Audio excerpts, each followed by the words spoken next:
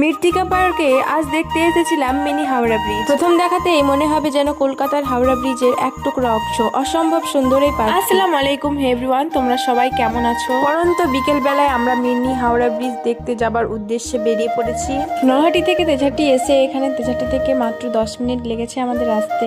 মেহেগ্রামে পার্কটির নাম মৃত্তিকা পার্ক, একদম রাস্তার পাশেই। দেখো এখানে আমি চলে এসেছি, এবার ভিতরের দিকে যাওয়া যাক। রাস্তা থেকে একটু হেঁটে আসি, প্রথমেই আছে রেস্টুরেন্টের ভিতর দিয়ে সামনে সিঁড়ির দিকে একটু হেঁটে এলেই সামনে একটা বড় পুকুর আছে, আর পুকুরের চারপাশে আছে পার্ক। টিকিট কেটে আমরা ভেতরে আসতেই দেখলাম স্বামী বিবেকানন্দর একটা বড় স্ট্যাচু, যেটা আমার খুবই ভালো লাগলো। পুরো পার্কটার মধ্যে অনেক সুন্দর করে লাইটিং করা আছে, বসার জায়গা আছে, বাচ্চাদের খেলার জন্য বিভিন্ন জিনিস রয়েছে। এক কথায় পার্কটার ডেকোরেশন অসম্ভব সুন্দর। চারিদিকে এত সুন্দরভাবে ডেকোরেশন করা আছে আলো দিয়ে, দিনের বেলা থেকে রাতের বেলায় বেশি সুন্দর। এখানে বাচ্চারা এলেও অনেক বেশি মজা পাবে। এখানে ওদের জন্য বিভিন্ন রাইডের ব্যবস্থাও আছে। এখানে জিসান বাবুকে রাইডে চড়তে দেখে আমাদের সেই ছোটবেলার দিনগুলো মনে পড়ে যাচ্ছে। আমরাও ছোটবেলায় ঠিক এইভাবেই মজা করেছি। সামনের দিকে হেঁটে আসতে এই জায়গাটা আমার খুব সুন্দর লাগছিল, তাই এখান থেকে কিছু ছবি তুললাম। ভালোবাসার মৃত্তিকা এই পার্কটির বেস্ট জায়গা হলো এই মিনি হাওড়া ব্রিজটা। এটা আমার সবচাইতে ভালো লেগেছে। শহর থেকে দূরে গ্রামীণ পরিবেশে করা হয়েছে এই মিনি হাওড়া ব্রিজটা, যার মধ্যে রয়েছে